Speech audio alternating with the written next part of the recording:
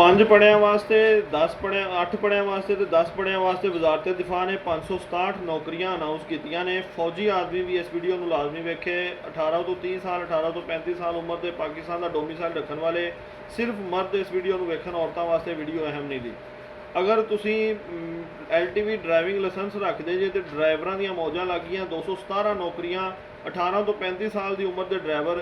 अगर फौजी रिटायर है तो 15 साल उन्होंने होर राहत मिलेगी। 18 तो 50 साल की उम्र का फौजी ड्राइवर दी 117 जॉब अप्लाई कर सकता है। शर्त यह कि प्राइमरी पास होवे ते LTV ड्राइविंग लाइसेंस रखता होवे। इस तरह ही वो लोग जिन्हों की उम्र 18 तो 30 साल के दरम्यान है और वो माली की नौकरी करना चाहते हैं, मैट्रिक या मिडल 8 पढ़े ने या 10 पढ़े ने और वो किसान का काम जानते हैं, वो माली दी 36 नौकरियां अप्लाई कर सकते हैं। इवें ही जोड़े लोग सिर्फ 5 पढ़े ने वो खाकरोब दी 98 नौकरियां दरखास्त दे सकते हैं।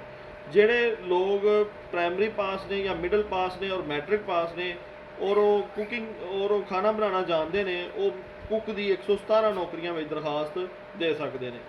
ऐसे अफराद जोड़े मैट्रिक पास ने, थोड़ा उन्होंने बोलन चलन का स्टाइल अच्छा है, वो मैस वेटर की 49 जॉब्स अप्लाई कर सकते हैं। इस तरह ही जोड़े लोगों को कार या मोटरसाइकिल का ड्राइविंग लाइसेंस है वो नायब कासत की जॉब वास्ते शर्त है कि मैट्रिक पास हो 50 नौकरियां ने नायब कासत दियाँ तो उम्र जी है वो 18 तो 30 साल के दरम्यान है।